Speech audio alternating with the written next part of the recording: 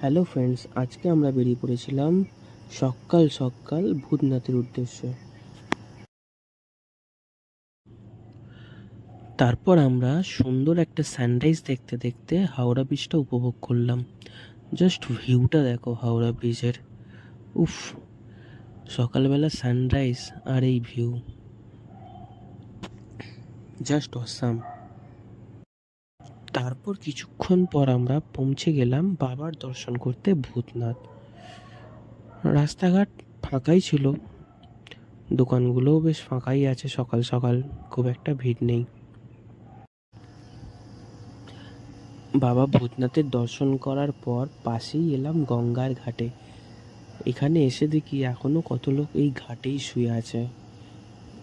लेकिन एक सेकंड।